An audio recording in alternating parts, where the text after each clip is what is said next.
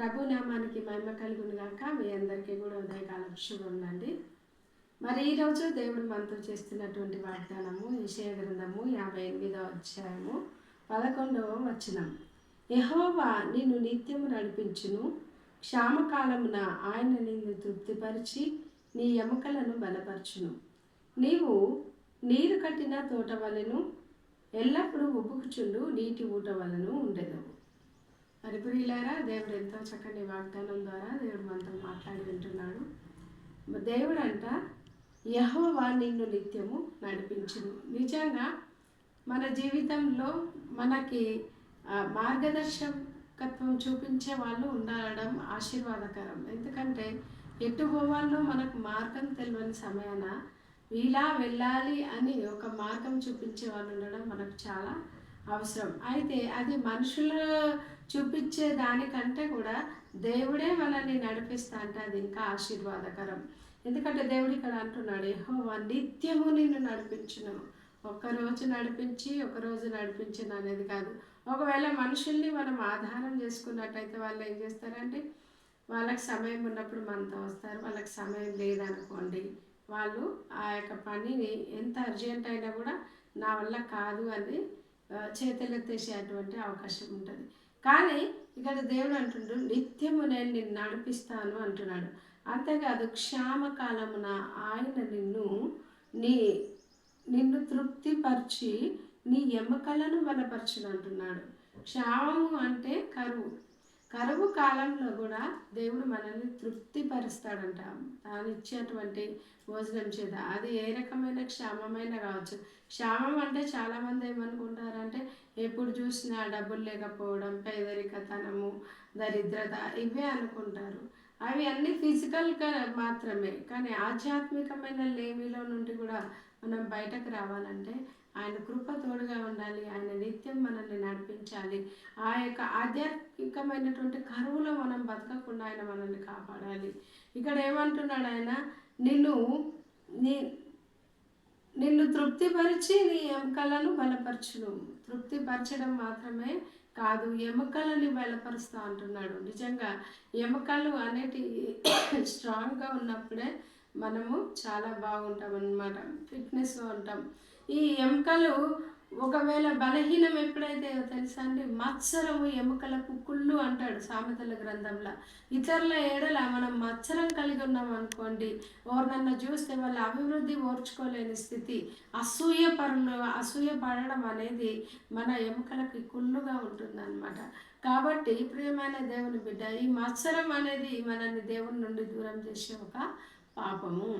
అయితే ఇక్కడ దేవుడు అంటున్నాడు, అలాంటి పరిస్థితి నీకేం రానియకుండా నేను నిన్ను నిత్యం నడిపిస్తా అంటాడు. ఎప్పుడు ఎవరిని నడిపిస్తారో తెలుసా అండి, ఎవరైతే ఆయనకు అప్పచెప్పుకుంటారో, దేవా నువ్వు నన్ను నడిపించు అని. సామెతల గ్రంథం 3వ అధ్యాయంలో ఒక మాట ఉంటుంది, ఏమనంటే, నీ ప్రవర్తన అంతటి అందు ఆయన అధికారంలో ఒప్పుకును, అప్పుడు ఆయన నిన్ను నీ మార్గంలన్నీ సరళం చేయను అంటాడు. కాబట్టి మన ప్రవర్తన అంతటి అందు ఆయన అధికారంలో ఒప్పుకున్నట్టయితే ఆయన నిత్యం మనల్ని నడిపిస్తాడు. ఆయనే మనల్ని నడిపిస్తే మనకి ఎలాంటి కరువు వచ్చినా ఆయన మనల్ని తృప్తిపరిచి మన ఎముకలను బలపరుస్తాడు. అంతటితోనే ఆగిపోడు. కానీ ఇంకా చక్కటి మాట ఉంది ఇక్కడ, నీవు నీరు కట్టిన తోట వలెను ఎప్పుడు ఉబుకుచుండు నీటి ఊట వలెను ఉందువు. నీరు కట్టిన తోట, నీరు ఎక్కువైనా ప్రమాదమే, నీరు తగ్గినా ప్రమాదమే. అంటే దాని సమయానికి ఎంత నీటిని కట్టాలి అనేది తోటమాలికి తెలుసండి. తోటమాలి ఏం చేస్తాడు, ఈ పంటకి ఎంత నీరు కట్టాలి అనేది ఆయనకు తెలుసు. మరి నీరు కట్టినటువంటి తోట వల్ల మనము ఉంటాము. నీరు కట్టిన తోట ఎండిపోద్దండి, ఎప్పుడు చూసినా అది సజీవంగా పచ్చగా శ్యామలంగా ఉంటుంది. ఎంతో చూడ్డానికి కూడా కొన్నిసార్లు కొన్ని ప్రాంతాలలో, ఇప్పుడు కోనసీమ లాంటి ప్రాంతంకి వెళ్తే అక్కడ ఎక్కడ చూసినా కొబ్బరి తోటలు, ఎక్కడ చూసినా వరి పొలాలు, ఎంత అద్భుతమైన మనోహరమైన దృశ్యాలు అవి చాలా అద్భుతంగా ఉంటాయి. ఈ నీరు కట్టినటువంటి, ఎందుకంటే అక్కడ నీరు చాలా ఎక్కువ ఉంటుంది కాబట్టి వాటికి కావలసినటువంటి నీరు వాటికి దొరకడం వల్ల అద్భుతంగా మనోహరంగా పచ్చదనంతో నిండుకొని ఉంటాయండి. మరి ఎవ ఏ బిడ్డనైతే నీరు కట్టబడినటువంటి తోట వలె ఉంటారో, అంటే దేవునికి అప్పచెప్పుకుంటే ఆయన ఏం చేస్తాడంట, నీరు కట్టిన తోట వల్లే మనల్ని ఉంచుతాడంట. అందుకే ఇర్మీయా గ్రంథంలో ఒక మాట ఉంది, ఎవరైతే దేవుని యందు భయభక్తులు కలిగి ఉంటారో వాళ్ళంట వెట్ట కలిగినను మనము చింతపడమంట. దేవుని వాక్యంలో ఉంది. మన కాపు మానము అని దేవుని వాక్యంలో ఉందండి. నీటి ఎవరైనా నాటబడిన చెట్టు ఏదైతే ఉంటుందో, నీరు కట్టిన తోట ఏదైతే ఉంటుందో, అది ఎండ ఎక్కువ కలిగినా కూడా దానికి చింత లేదు.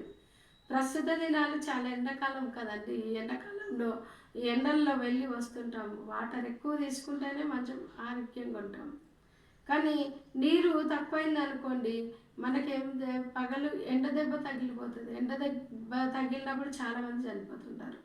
కానీ దేవుని వాక్యం సెలవిస్తుంది, ఎవరైతే నీరు కట్టిన తోట వల్లే ఉంటారో వాళ్ళు ఎప్పుడు ఎలా ఉంటారంట, మంచిగా పచ్చదనంతో ఉంటారు. అంటే ఎప్పుడు అభివృద్ధిలో ఉంటారని అర్థం.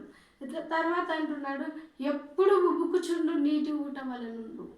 ఎప్పుడు ఉబుకుచుండు నీటి ఊట అంటే, నీటి ఊట తెలుసు. అప్పుడు చిన్నప్పుడు కాలంలో, మా చిన్నతనంలో నీటి ఊట బావిలు అనేటివి ఉండేవి. మా అమ్మమ్మ వాళ్ళు వెళ్ళి, అంటే మేము చాలా చిన్న పిల్లలం, అప్పుడు వాళ్ళు ఆ ఊట బావికి వెళ్ళి నీరు తీసుకొస్తే అది చాలా కొన్నే ఉంటాయి. అసలు కొన్ని అంటే కొన్నే ఉంటాయి. ఒక బిందె నింపే లోపలనే అది అక్కడ నీళ్ళన్నీ అయిపోతాయి. కానీ మళ్ళీ ఒక 5-10 నిమిషాలలో మళ్ళీ నీరు వచ్చేస్తుంది అనమాట. ఎప్పుడు ఉబ్బుకుచున్న నీటి ఊట వలె ఉండు అంటున్నాడు. అంటే ఎప్పుడు కూడా దానికి కొదువ కాదు అని చెప్తా ఉన్నాడు దేవుడు. కాబట్టి ప్రియమైన దేవుని బిడ్డ, మరి నీ జీవితంలో దేవుని చిత్తానికి నువ్వు ఒక్కవేళ అప్పచెప్పుకున్నట్టయితే దేవుడు ఏం చేస్తాడంటే, నిన్ను ఎల్లప్పుడూ ఉబుకుచుండు నీటి ఊట వలెను, నిత్యము నీరు కట్టిన తోట వలెను ఉంచుతాడు. కాబట్టి అట్టి కృప చేత మీ అందరినీ దీవించి ఆశీర్వదించాలని మనసారా కోరుకుంటూ, దేవుడి కొద్ది వాక్యము దీవించి ఆశీర్వదించును గాక. చిన్న ప్రార్థన చేసుకుందాం.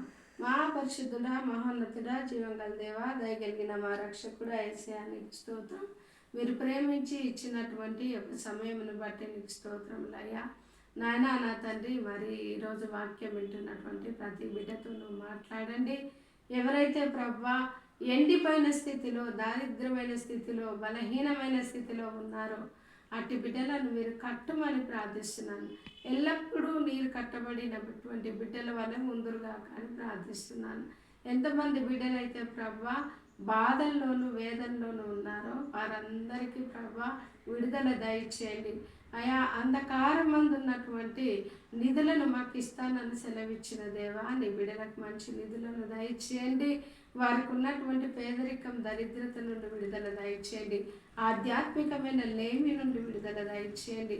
ప్రతి బిడ్డని కృపలో ఎదిగి ఫలించులాగున సహాయము చేయమని ప్రార్థిస్తూ, ఎల్లప్పుడూ కూడా ప్రభువా వాళ్ళ అభివృద్ధిలోనే ఉండుటకై దయ చూపమని, సమృద్ధిని దయచేయమని ఈ కొద్ది ప్రార్థన యేసు నామమున వేడుకుంటున్నాను తండ్రి. Amen. God bless you all.